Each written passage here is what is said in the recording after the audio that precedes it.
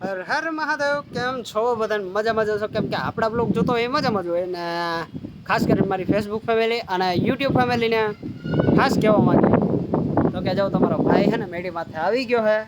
અને જો આ મેડીનો વ્યૂ કેવો આવે એ સારો જ આવતો હોય. કેમ કે મારા પપ્પા એસી લાખ મકાન કર્યું હોય ને એ સારું જ હોય ને. હમણાં 3-4 દિવસે બ્લોગ નહોતા આવતા એનું કારણ છે કેમ કે મકાન છે ને શિફ્ટિંગ કર્યું છે ને એટલે માલ તહેસ નહેસ પડ્યો હતો એટલે થોડુંક ગોઠવણીમાં એ બધું થઈ ગયું છે.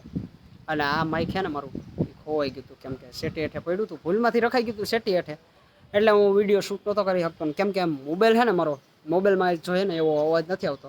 તો કે આમાં એટલો અવાજ આવે છે. તો બીજું તો કઈ નહીં, તમને દેખાડી જો આ હે ને એટલો વ્યૂ સારો છે. અને જો હવે હું પાછળનું કરીને દેખાડું. વ્યૂ કેવો આવે છે ઓલી મેડી કરતા સારો વ્યૂ આવે છે.